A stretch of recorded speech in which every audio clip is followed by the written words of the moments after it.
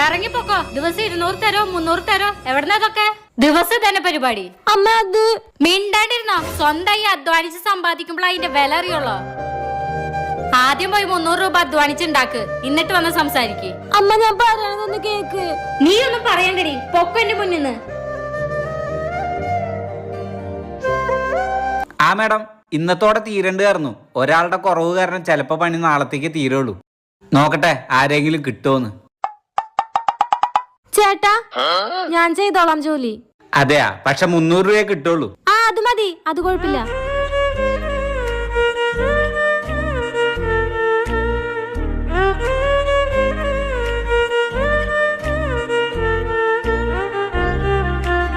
മതി, ഇനി അവിടെ പോയി വെള്ളം നനയ്ക്ക്.